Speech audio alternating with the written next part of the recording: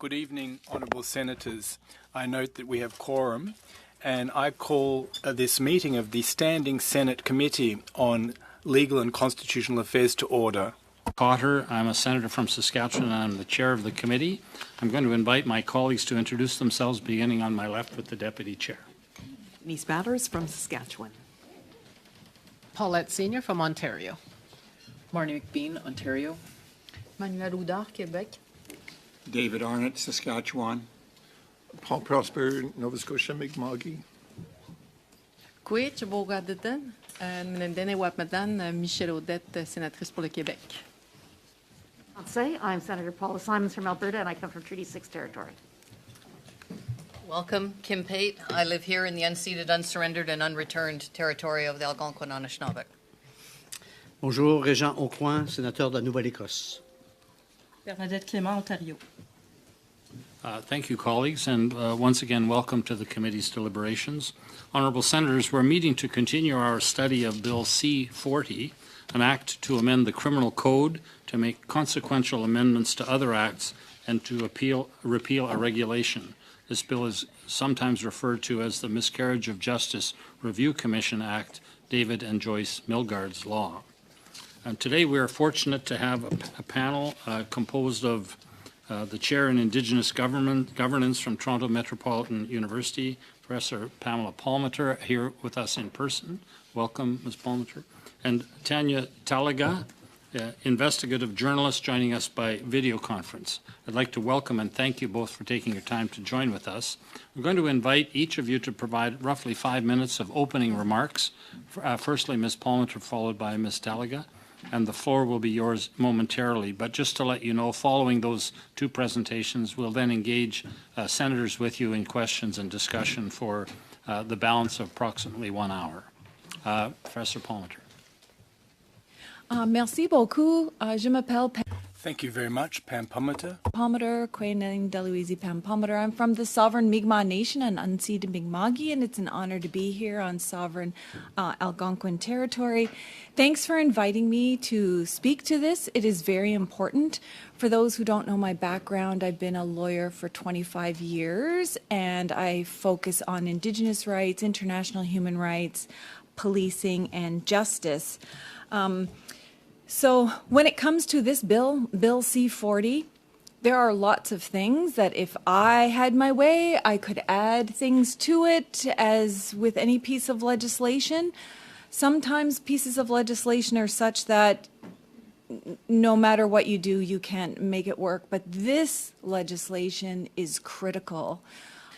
Our people who are in prison never get enough attention. Those who are wrongfully prosecuted and convicted and incarcerated never get enough attention in any forum. Prison justice just isn't something that is mainstream, but it's critical because it's the kind of damage that's irreparable. There's no amount of money you can pay to someone if you've wrongfully convicted them.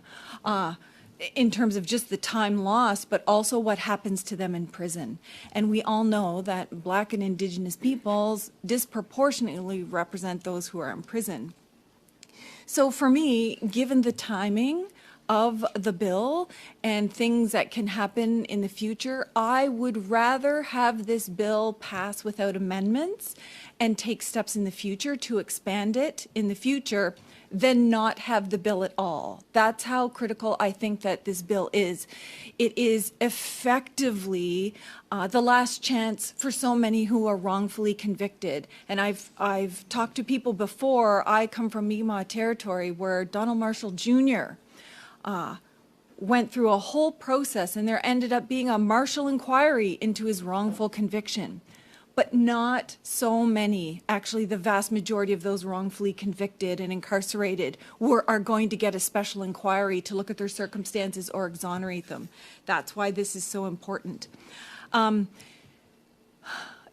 The statistics, I'm sure you've heard from other witnesses, in terms of all of the inquiries, whether it is the Donald Marshall Jr. inquiry, Aboriginal Manitoba Justice Inquiry, Ipperwash Inquiry, Royal Commission on Aboriginal Peoples, Truth and Reconciliation Commission, National Inquiry on Murdered and Missing Indigenous Women and Girls, and all of the court cases, Gladue, Ipili, everything that EFRI has said, everything that the Office of the Correctional Investigator has said, this has been a crisis. The over-incarceration of Indigenous peoples, especially Indigenous women and girls, and then all of the things that are attached to that. Longer sentences, less likely to get parole, the amount of assaults and often sexual exploitation that women face in prison, another issue we haven't addressed.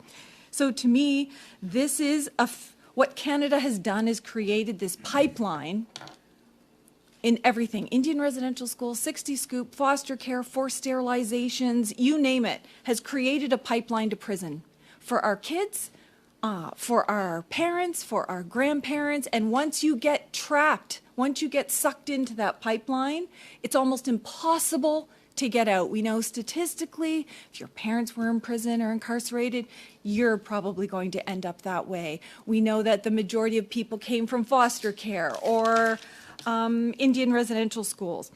But one of the reasons why I care so much about this bill and the miscarriage of justice is this pylon effect that even defense lawyers have not properly, I would argue, and fully represented Indigenous women and girls in terms of everything they've experienced, all the physical and sexual abuse, the neglect to protect them, putting them in the position where they have no choice but to protect themselves and their children from violence. And all of these things, all of the intersections of race, the misogyny that's still in the justice system, and the fact that we haven't taken any radical steps to undo these things. We know from every inquiry the racism exists from cop to lawyer to judges to corrections officers and beyond. So to look at this miscarriage of justice, and if we could start with those 12 women from that report where we know that they have been wrongfully incarcerated, and similarly to make sure that when we do put people on this commission, assuming the bill passes, that we have not a population proportion of Indigenous people, but a prison proportion of Indigenous people on this committee, and I would argue heading the commission as well. So I think my 5 minutes are up. They are. Your timing is exquisite. Thank you, Professor. It's unusual for people who teach in 1 hour bites, eh? Thank you very much. Ms. Talaga, roughly 5 minutes, if you would. Miigwech. Kamusko Pimojisha Pinishish Nigisnakas Makwadodam. Hello, everyone. My name is Tanya Talaga. I'm grateful to be talking to you today on the territory of the Mississaugas of the Credit. Thank you for asking me to come and chat about this and talk to you about Bill C-40. I have to say, this is the very first time I've ever spoke at a Senate committee hearing, and I hope that you take my words to heart. As you know, Indigenous women make up half of the female population in federal penitentiaries, even though just under 5% of women in Canada are Indigenous. For all Indigenous prisoners, men and women, the rate stands at 32%.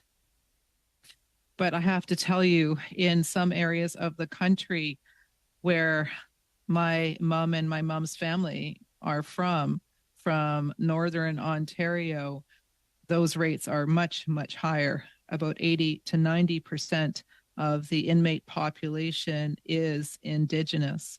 Thunder Bay and in Kenora. Statistics show that Indigenous inmates have had involvement in child welfare, have either been at Indian residential school or day schools themselves, or their parents have, their grandparents have. Inmates have histories of abuse, sexual, physical, abuse of all kinds. As you know, David Milgaard spent more than 2 decades in prison for a murder he didn't commit.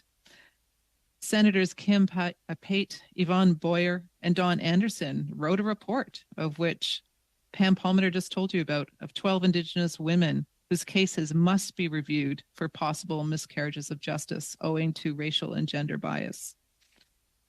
2 years ago, Ivan Zinger, Canada's correctional investigator, reported that the justice system continues to incarcerate Indigenous women at alarmingly high rates, and we have no indication whatsoever that this is going to change. As I said, he found that 32% of all people in custody are either First Nation, Métis, or Inuit. This is a new historic high, especially so the amount of women that are behind bars. This is a human rights embarrassment for Canada. The Senator's horrific report is a pathetic reminder of Canadian government's continued failure to follow through on detailed reports and recommendations, from the Truth and Reconciliation Commission's calls to action to the National Inquiry on Murdered and Missing Indigenous Women and Girls' calls for justice. Those are at least 2 exhaustive investigations that have provided meticulous testaments, community-led roadmaps on how to reverse Canada's genocidal policies and start improving lives. But both times, those meeting findings have been completely ignored. In fact, the Murdered and Missing Indigenous Women and Girls inquiry calls have been largely ignored, and barely 1 of the TRC's calls for justice have been implemented. It's time that we listen to all of those reports. It truly is.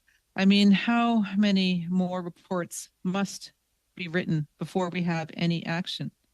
But in particular, if for no other reason, as Pam said, an exhaustive report by the senators was written focusing on 12 Indigenous women, 12 women who have had some kind of miscarriage of justice happen to them. It will be so awful if those cases are just completely ignored and swept under the rug. How could that be?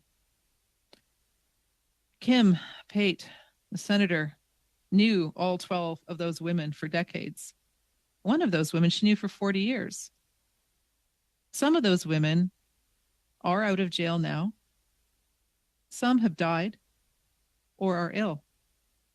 In all cases, Canada, the courts, failed to apply Section 718.2E of the Criminal Code, which requires consideration as well of an Indigenous person's background when weighing sentencing. This is such an important detail because all of the women experienced genocidal violence in one form or another, from early institutionalization or residential school or intergenerational trauma associated with the schools to being violently removed from the land, away from their families, their ways of life, and everything they know.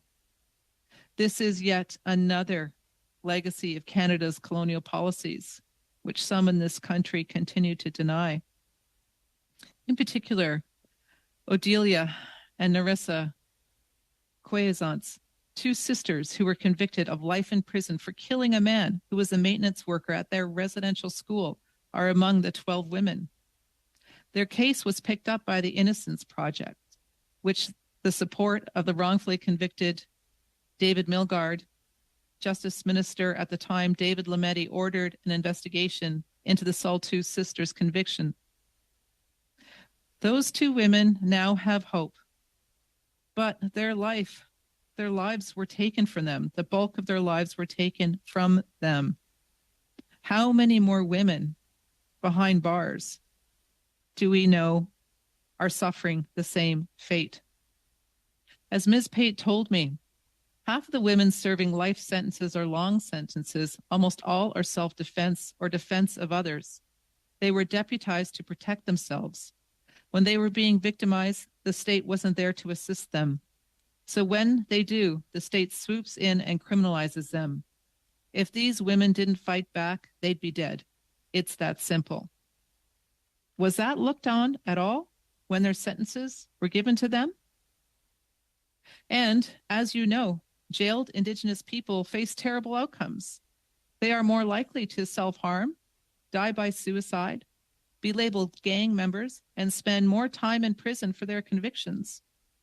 They are overrepresented in maximum security prisons and in structured intervention units.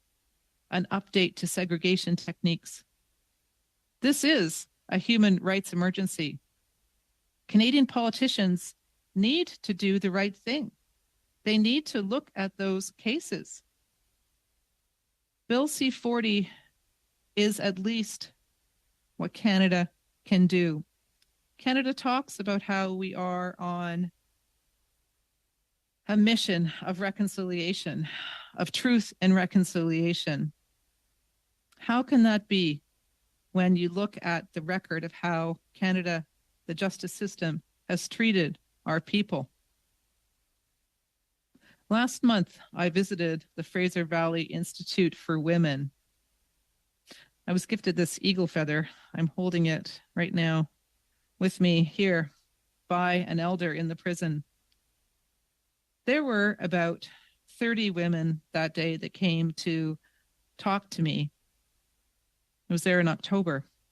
There's a program that I'm involved with called Book Club for Inmates.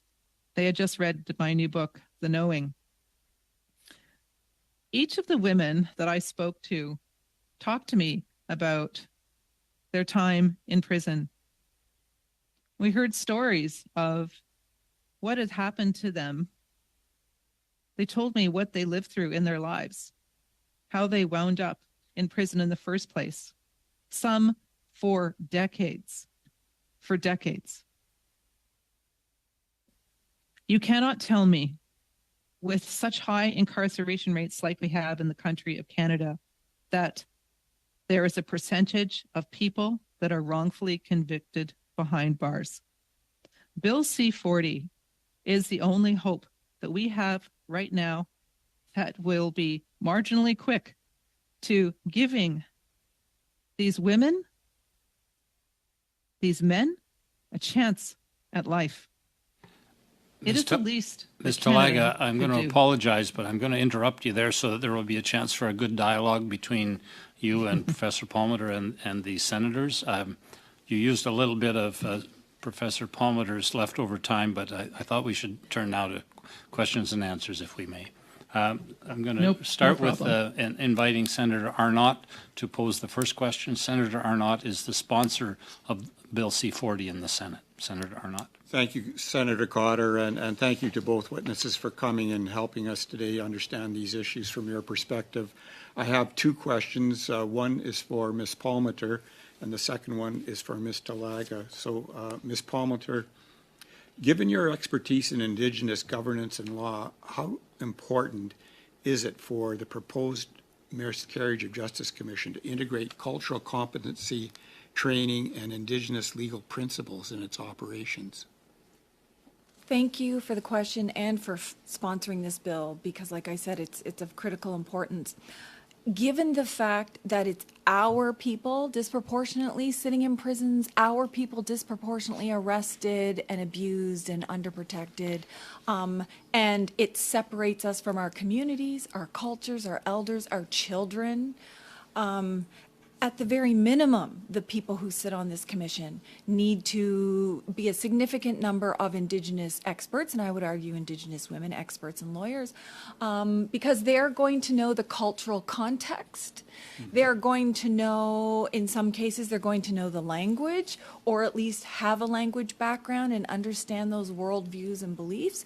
They're going to understand the ways in which the people, their files that they're looking at, are files of trauma and racism and misogyny, abuse and neglect over and over and over again. And so they will have unique skills in which to operate in a culturally sensitive way, culturally informed way, but also in a trauma-informed way, because that is something that is not very apparent. And we have the opportunity to start out and do it right. Okay, thank you. Thank you. Ms. Talaga, in Seven Fallen Feathers and Spirit to Soar, you brought national attention to systemic failures affecting Indigenous youth. I'd like to know, how do you see Bill C-40 approaching and considering systemic discrimination in wrongful convictions, is it sufficient, or are there shortfalls in addressing the ability of the Commission to address root causes? I appreciate that question. I'm not a lawyer. I wish I could give you a better sense of an answer to that question. But I can tell you that it is the least that could be done. I mean, when you look at the fact that our children are still fighting for high schools in Northern Ontario communities, that our people are still dying on the streets of Thunder Bay, that we are both over-policed and under-policed at the same time in this country, as all our relations and Seven Fallen Feathers, both books showed. I mean, having one more outlet is better than nothing. And it is, as I said, the least that Canada could do. This legislation is needed right now to help all of our people. You know, one of the things that that I've heard many times is that sometimes our people don't feel like they have anything else they can say, and they just admit to guilt as well, but they haven't actually done the crime. That's so horrific, that you feel so helpless that there's nothing else to do but to say that you did something that you didn't do, that puts your life at risk. We all know what happens behind those bars. All of those youth. One of the people I met in the Fraser Valley Institute was one of the youngest people ever to be incarcerated in this country in a men's facility. It's remarkable. Okay. I would urge you to pass this. Absolutely. Thank you very much. Thank you both. Senator Batters. Thanks very much. Thank you to both of you for being with us today. And I'm the critic of the bill, and I view it as an important part of my role to try to make this bill better, because I agree that it's very important,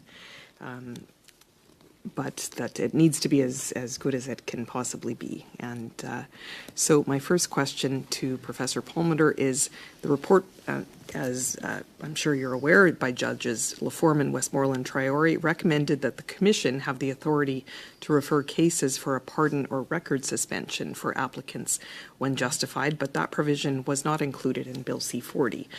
Do you think that those types of remedies should be included in the scope of remedies that are offered by the Commission in Bill C-40?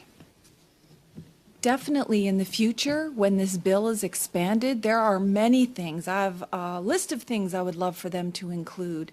But again, our people aren't going to get another chance. If this bill doesn't pass, we're at risk of not having anything, and the current system isn't working, especially for Indigenous women. When you have 200 files that were looked at, not a single one was an Indigenous woman. That says something, given that we're 50%. So the bill has to pass, in my respectful opinion, and I do believe that as we review and monitor and evaluate in the future, that we can keep adding to it to make it better. Okay. Yeah. Just so you're aware of the process that we've seen this bill go through so far, the House of Commons did have it for a considerable length of time. The Senate only got it actually on the very last day that we were sitting in June. So basically, we've really only had it for about 2 months at this point. So we're dealing with it in quite a quick manner, as we always deal with government bills. As soon as they come to legal committee, then we get them into the committee and have a thorough study as we've had on this. But the House of Commons had it for well over a year, I believe. And so we are doing and our job is sober second thought. So that's what I'm trying to bring to this process. My second question to you, during his appearance before our committee, the Minister of Justice repeatedly spoke about the overrepresentation of Indigenous and Black groups. And I want to highlight 2 particularly interesting statements that the Minister made. Quote, "What I would expect for this commission is that if we are going to give meaning to the fact that we need to have commissioners, those commissioners need to reflect the diversity of Canada, with particular attention to overrepresented groups such as Black and Indigenous people in this country." He also said, "Now what we're trying to do with this bill is take another step in terms of advancing this fight against systemic and anti-Black racism and the fight against anti-Indigenous racism, to be blunt, and advance reconciliation. This bill is one direct way of doing so," unquote. And as I'm sure you're aware probably as well, Ms. Palmater, the Laforum report recommended that there be at least one Indigenous commissioner and at least one Black commissioner. But Bill C-40 only requires the minister to, quote, take into account those groups without any concrete guarantees. So why, in your view, do you think, I mean, the Trudeau government did take a considerable length of time to draft this bill before they brought it to Parliament in the first place. Why didn't the Trudeau government include that sort of a guarantee to have at least one Black commissioner and one Indigenous commissioner in the outlined in Bill C-40? And do you think the Trudeau government is truly sincere in its commitment here to representing diversity? And again, would that be one of the list of things that you would like to see amended? Maybe you would say in the future, but is that one of the amendments that you would see is necessary for this bill? I can't speak to what the minister thought or was going through his head or the rationale of any of the cabinet. Obviously, the fact that they are engaging with this, recognizing that the current system doesn't work, that's huge. It's a lot of governments can't admit that something's not working. They didn't create it. All governments have had a hand in creating it. I would love for future amendments to say there's no less than 3 Indigenous people, 3 from the Black community, and a full representation. I also understand from having worked with legislation and legal committees and commissions that sometimes when you put a number, you can also frustrate a process if, for example, a group says, no, we don't want to have any part of this. Then what do you do when there isn't a number that want to participate in it? Because we all know the justice system hasn't been fair to these groups. So again, in the future, I'd love to see that it's more than a consideration, that there be at a certain number put there, but I also understand that can also be problematic by mandating a specific number. People often treat it as the maximum. So if you say 1 Indigenous person, then it's like, that's it. At least now it's open. You could have half of the committee be Indigenous, for example. Do you have a little more time or no? Okay. Okay, thank you. Thanks. Senator Prosper. Thank you, Chair, and thank you, Professor Palmater, for being with us, and Ms. Talaga for being here as well. I have 2 questions. One has been commented upon. There were questions from Senator Arnott and Senator Batters about representation on the commission itself, and it having some representation of groups, the overrepresentation that exists within the prison population. I know, Professor Palmater, you provided comment on that. Ms. Talaga, I would like to get your thoughts on, with respect to representation on the commission from overrepresented groups.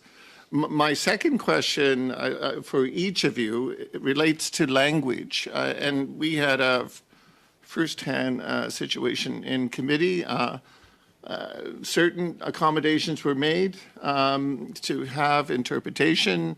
We even moved to a separate room to accommodate, I believe, Mr. Woodhouse for his language, his first language, to be available. It just didn't work out.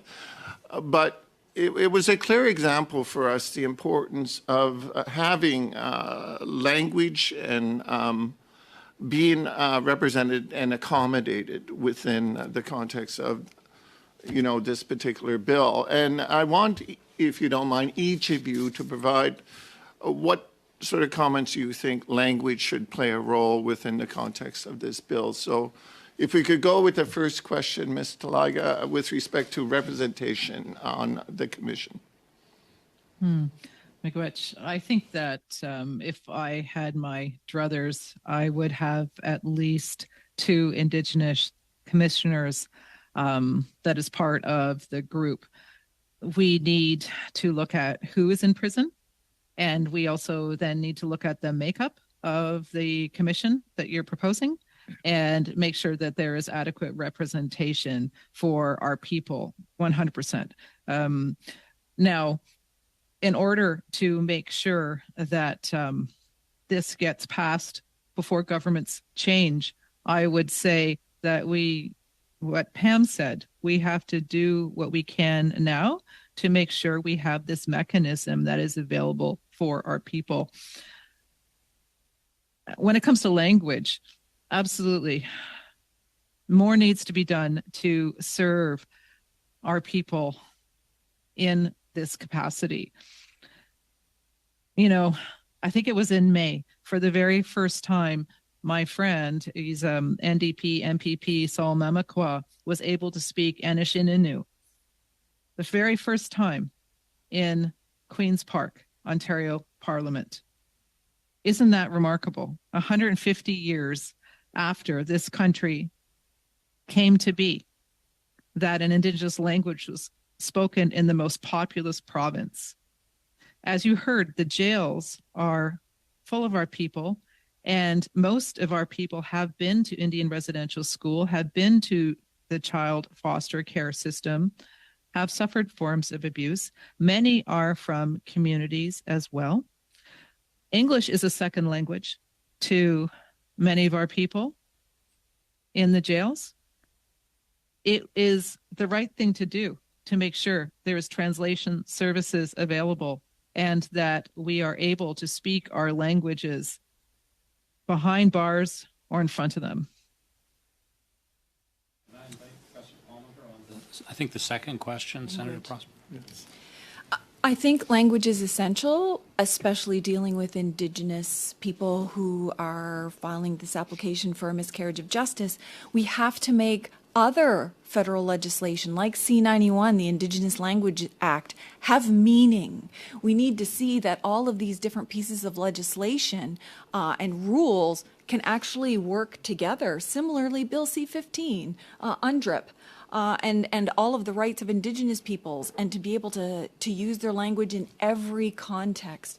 Nowhere is this more important, I would argue, when rights are at stake, when your life or health are at stake, at risk of losing your children. In this context, language serves a multitude of roles, not just understanding the words that are being spoken to you, but the comfort and familiarity of that language and the meaning that's behind it and everything that goes with that. It's so much more than just what those words are. Again, it's a human right. We have it in federal legislation. We need to make all of these laws work together, and especially here. Thank you. Thank you both. Thank you both. Senator Simons. Thank you very much. My question, I'm going to begin with Ms. Talaga. Before I joined the Senate, sorry, I was up very early this morning. I've apparently forgotten how to speak the English language. I was up very early this morning, but that's not an excuse. I spent 30 years of my career as a working journalist, doing investigative journalism and other such work. And it seems to me, and I think this is not just a lost golden age fallacy, but there was a time that investigative journalists played a much more active role in uncovering cases of wrongful conviction and in advocating for reconsideration of verdicts and sentences. And as we have fewer and fewer journalists doing that kind of work, I mean, there are extraordinary exceptions like Jana Pruden at the Globe and Mail, but there simply aren't as many journalists doing that work anymore. And I'm wondering, first of all, if you could comment from your perspective as a journalist on the role that investigative reporters play in holding the justice system to account. And second, to ask if you think some of those talents and capacities might make a good fit among the commissioners. Well, I'm always going to argue for more journalism and for a fair and a free press. I mean, we're seeing unprecedented times right now throughout this country of people turning away from sources of journalism and instead preferring to watch things on TikTok or YouTube or, reading things in X. Absolutely. Investigative journalists spend so much time researching, reading, and to be quite honest with you as well, fighting with government departments in order to get the truth and to find out more information. I mean, freedom of information in Ontario, it's very difficult, all the hoops you've got to go through. And of course, access to information as well as a working journalist. It takes time, so much time to get anything back. You have to, as a journalist, you have to have sometimes the resources behind you in order to be able to look into those cases. And absolutely, when dealing with the wrongfully convicted, that's something that's not going to take you 5 minutes or 5 weeks. It's probably going to take you many, many months. And you'll probably also be filing ATIP requests, or you'll be trying to get information out of the RCMP or the OPP or other police sources as well. And you're also trying to get to know people's families and get to know who that person is that has been wrongfully convicted. It is the role of journalists to make sure that Canada lives up to its obligations underneath many forms of legislation, international human rights legislation, including UNDRIP. And this bill, C-40, you can easily see how UNDRIP applies to this as well. We have the right to make sure that we are treated in a just and fair way. Yes, journalists need to help. And yes, journalists would also make great commissioners.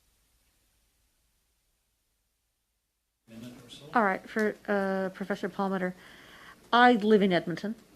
The women's prison in Edmonton has about 70% of its inmates are Indigenous. Many of them, there's a funny line of what's wrongfully convicted. Many of them are people who've taken plea agreements. Many of them are people who were overcharged, but are nonetheless guilty of an underlying offense. And I worry in some ways that this law is structured to help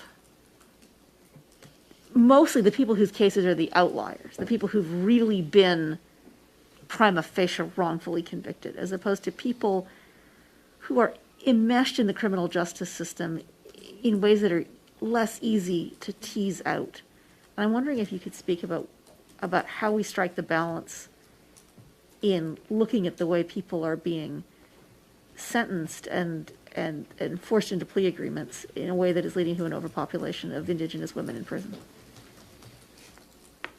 I'm really glad you raised that, because this report about the 12 women and the miscarriage of justice, the wrongful convictions, we know that they're not the only ones. And I would argue that people who are wrongfully incarcerated include those women who more often than not had non-native lawyers, primarily men, say, look, this system is racist. You're going to get convicted no matter what, even if you're innocent. So here, let's plead for this lesser charge. That's a wrongful situation where they're incarcerated, because we haven't made that determination that they're guilty. They're being told, you don't really have a choice. The justice system is against you. And if I had to choose between 2 years or 10, do I see my kids in 2 years? This is an unfair burden. And so I would include those in there. I think it's not that fine of a line. I think we'd be able to readily identify those cases. I think your time is up. Senatress Udar, but just before you ask a question, Senatress Udar is liable to ask this question in French, and I want to make sure that each of you is able to receive the translation if you need it. Merci, Monsieur le Président. Well, thank you, Mr. Chairperson. Just following up on Senator Batter's question from earlier, Ms. Palmater, I'd like you to elaborate on the appointments. I understand that you didn't want to see any quota included in the legislation. That was one of the report's recommendations from the two experts. That report was submitted to the Minister of Justice back in the day. And in that report, it was recommended that the commission be comprised in a manner that was representational and that would be mandatory under the Act, and yet 718 in fact sets it out as an objective but not an obligation. It's not mandatory. So that was my first question. I just want to make sure that I understood correctly, that you don't want the legislation amended and that as things are, you are satisfied. So first question is about composition. Second question, a recommendation that came out of the same report, recommendation 8, that stated that appointments should be made by an independent panel that would be at arm's length of the political sphere. Yet the bill contains no recommendation or no provision whatsoever about an appointment process of that nature. There's no independent panel, no provision relating to that. So I'd like your thoughts, Ms. Palmater, and also Ms. Talaga, if you'd like to chime in as well in response to my questions. Merci beaucoup pour la question. Thank you very much for the question.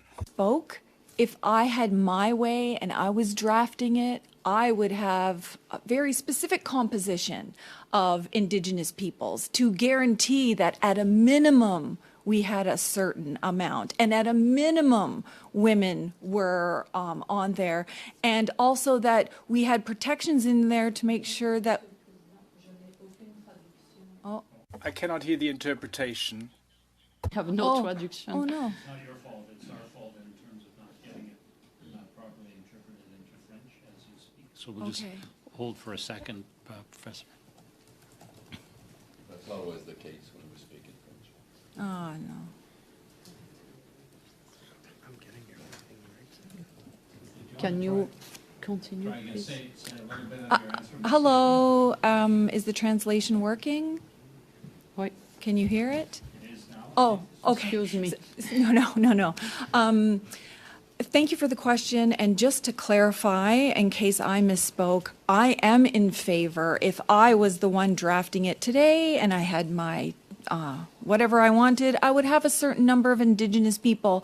I would also make sure that there was a guaranteed number of women on there too, because our lives are almost always in the hands of men, and that doesn't work out very well. If I had my choice, and there's nothing to say that it couldn't be amended or added later, I think it's important to have representation. And I would always want it worded so that it was a minimum, not a maximum. That's why I worry about numbers sometimes, but I'm in favor of numbers at some time in the future. But if my choice is having a number in there and the committee getting bogged down in arguing, well, what's the right number, or having this bill, I think the bill, we have to start with the bill. And then the recommendation around appointments made by an independent panel, there's a lot of recommendations I'd love to see in this bill. I don't think we're going to get everything right now. I mean, it is what it is.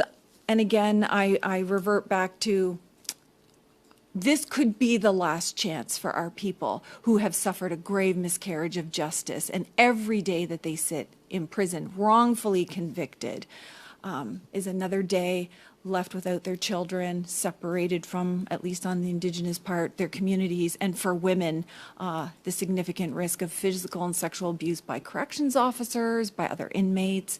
And I think we owe it to them to have a process, albeit an imperfect one now, because really it's going to be up to the players. The players can make this what they want it to be. And if there is good intentions going in, there is nothing to say we can't supersede expectations. But we need this legislation to be able to do that. Ms. Talaga, briefly. I agree with what Pam said. I mean, if we had the ability to make sure that, well, if 32% of Indigenous people are in penitentiaries, then 32% of the commission should be Indigenous, at least.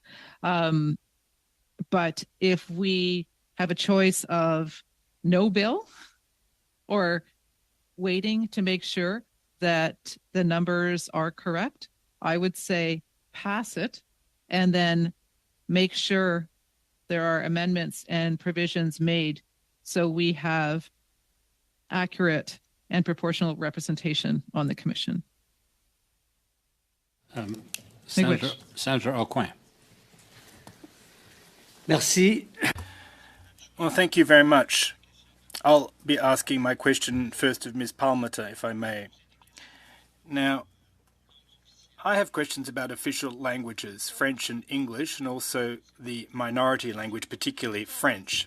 Now, the answers I've gotten from the minister, from the department, from officials, government representatives, is that, yes, there will be a service in both official languages. In other words, one of the responses was that the staff that would be hired would be able to provide the commissioner or the commission proceedings in both official languages or in one or the other official language. Now, in the case of Indigenous languages, you said that,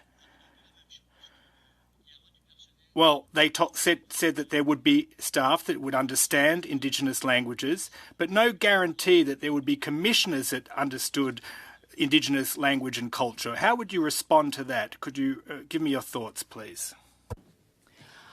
I'm sorry, are you asking, do I think there should be people that are mandated in the legislation to speak Indigenous languages?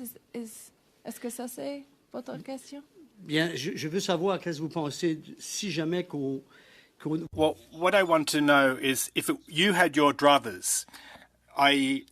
that the staff hired on the commission would understand Indigenous culture and language, would you like there to be a commissioner that understood the Indigenous language and culture? But at the current juncture, it's at the minister's discretion only. So could you talk about how important it is that the staff and or the commissioner understand Indigenous languages and culture?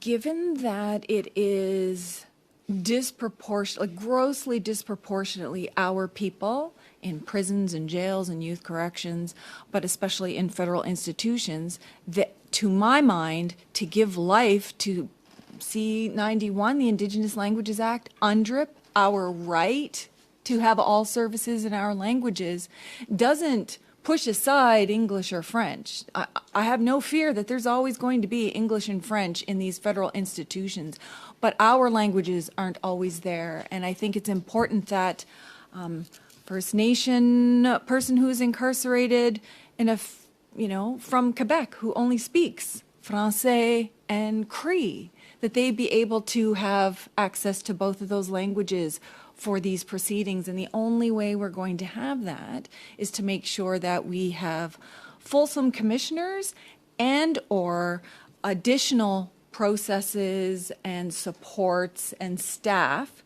that can provide those services.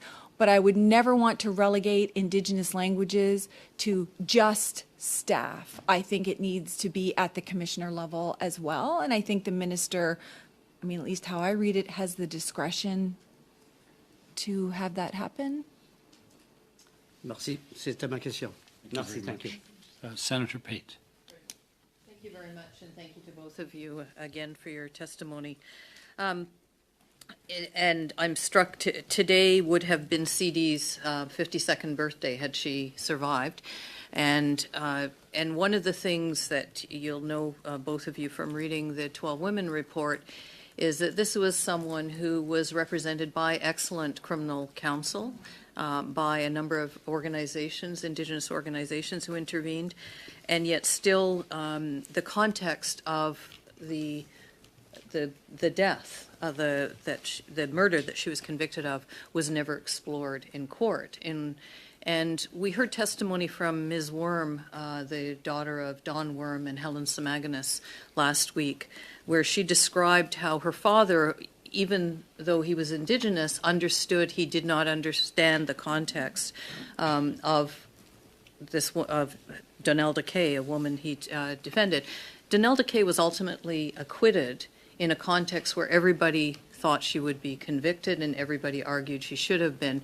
And Ms. Worm described how it was through the assistance of her mother, who was then a law student, helping him understand the context of that abuse, that he actually explored the situation, put it before a jury, and the jury, on the basis of that evidence, acquitted, understood the context.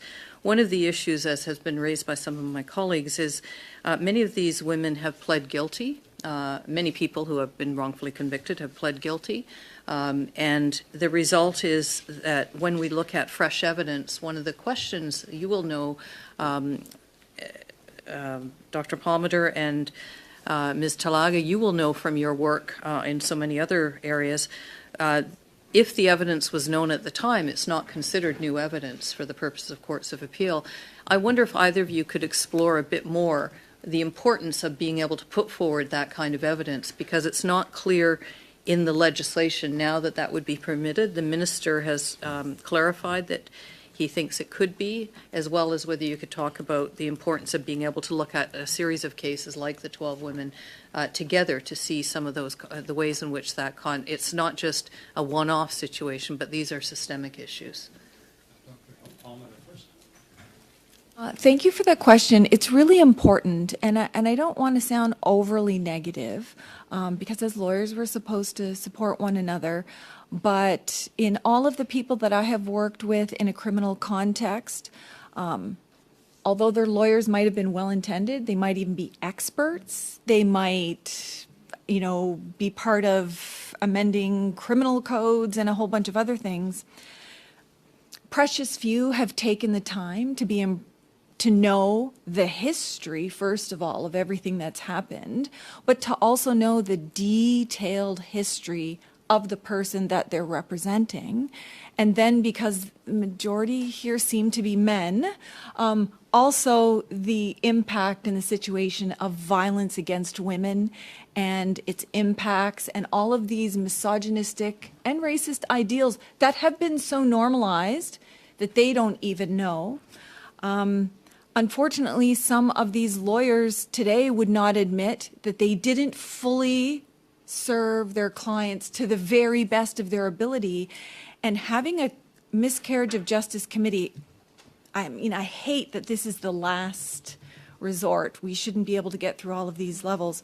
To be able to look at evidence that oftentimes the accused doesn't even know what the evidence is, because there was so much dealing between prosecutors and lawyers behind scenes, and then you explain to your client, oh, well, it's this or this, without going through the detail of the evidence, what could be relevant, what might not be relevant.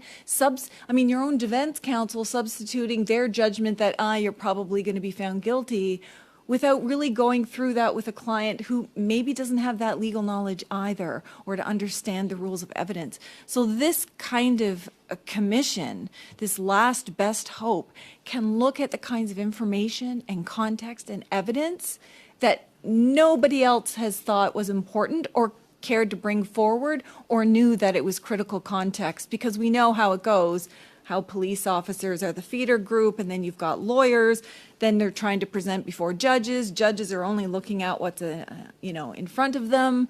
With pleas, I find that the pleas are often higher risk of that. So yes, critical importance, because I haven't seen a whole lot of people come forward and say, you know what, we should have done better by these women who were sexually abused, physically abused. There was no escape. There was no home to go to. They lived in poverty. Their kids were going to be taken away. They've had no choice. Yet we criminalize them for the ways in which they try to navigate this minefield of genocide. Can I invite Ms. Talaga briefly, if you'd like to respond on this point? A miscarriage of justice committee should be able to bring forward any evidence that they find. Mm-hmm. And I think rules of evidence should be looked at by this committee. How could they not? I just don't understand how they couldn't.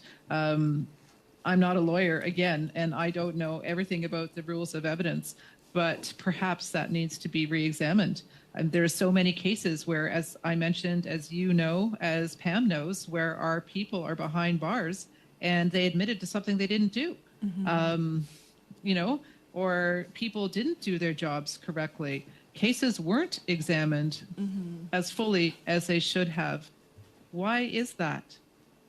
I think that this has to be, this commission, this group has to be the last stop. I mean, that's all we have. They should be given every power they possibly can to make sure that the truth and justice comes out. Thank you. Thank you both. Senator Senior. Thank you so much, and thank you both for being here. Thank you for the impactful work that you've both done for decades that have really supported us getting here, in fact. My question is around not the things that could be improved or amendments to be made, although you've talked about many you would like to have done or seen happen, but it's more about the way that the commission will work. And I'm thinking about how to avoid replicating an approach that is colonial. And when I think of commissions that have been successful in the past, it's been led by Indigenous folks, whether we're talking about TRC or MMIW, work that's been done in commissions in the past, they've been led by people who are most impacted. So I'm wondering about ways that can be implemented to decolonize this work. And I also want to ask about the importance of gender, which hasn't been mentioned that I'm aware of. And you mentioned that earlier as well. So if you could include that, that would be good. And it's to both of you. Why don't we start the other way around with Ms. Talaga first and then Professor Palmater? Well, Miigwech, Paulette, I appreciate that question. It is almost, it's going to be almost near to impossible not to replicate a colonial approach when working in a colonial system with colonial laws and a colonial justice system.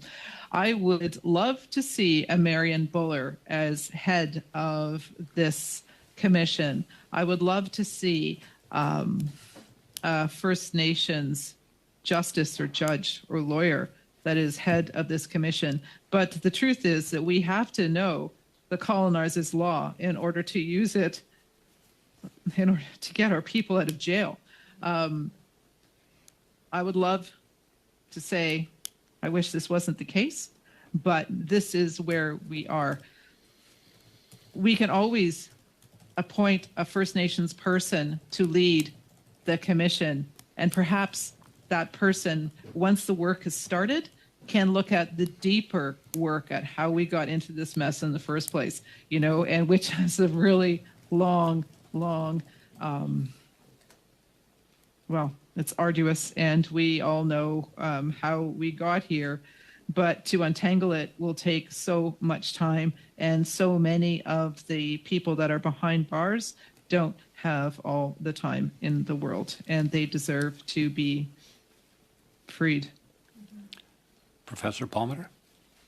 I agree with Tanya, and those are very important questions. And my analogy is this: why do alleged external police oversight committees not work? Because the vast majority of them are comprised of current police officers, former police officers, contractors that work and train police officers, almost all white men.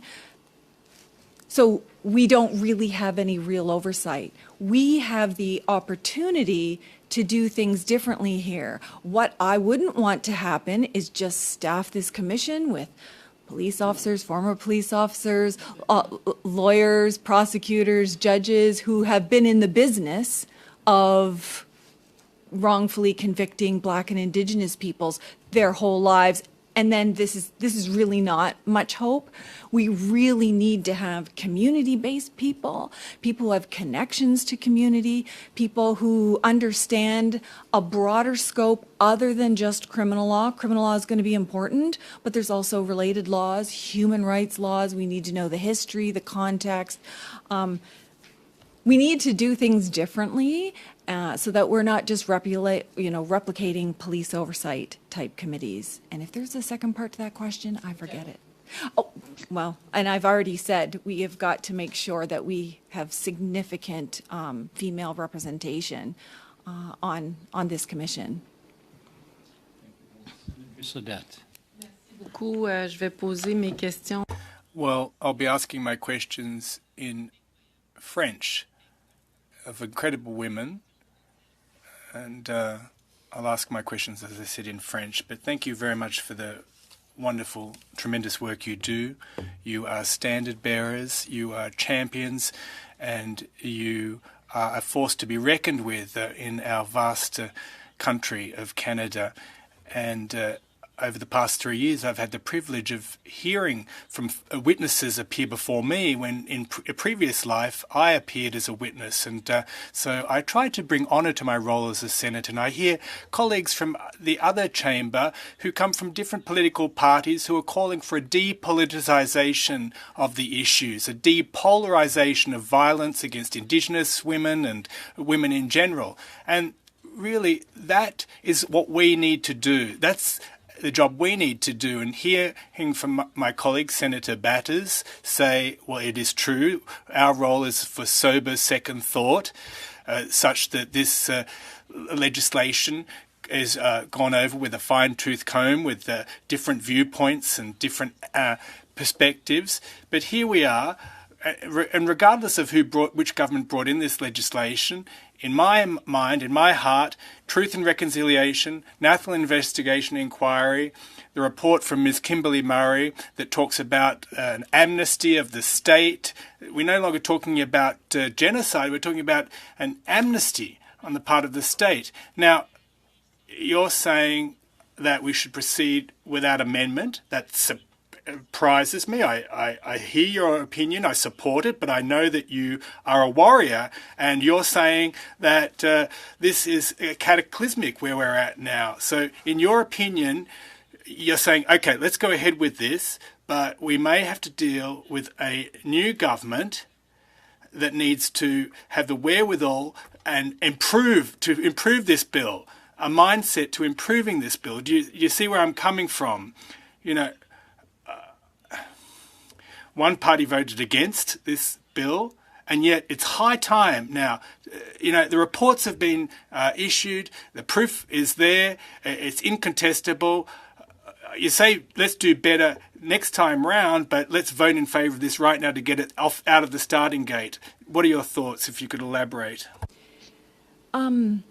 So I have appeared before Senate and the House for years and years and years on countless pieces of legislation, regulations, and policies. It is rare that I ever come here and say, you know what, there's things I don't like in this bill, or there's things that are missing, but pass it anyway. But this is of such a different level. This is of our women in prison, our men in prison, who will not get a second chance. There will not be 200 Donald Marshall inquiries. We know the current system isn't working. Do I know it's problematic if we don't have everything perfect? Yeah, but I need to think about this not from what I want as a lawyer, but from the people who are sitting in prison. I wonder what they're thinking. I'm quite sure they are sitting there for anyone who even knows about it, if anyone even engaged with them about it. Please don't take away our one last chance of addressing this miscarriage of justice. Otherwise, I'd be here like I am every other time saying, do this, do this, do this, and don't do this, do this, do this. I don't know that we'll get another shot at this, and politics is a reality. If we have a change in government who just wants to be tough on crime, I fear for our people. Thank you both.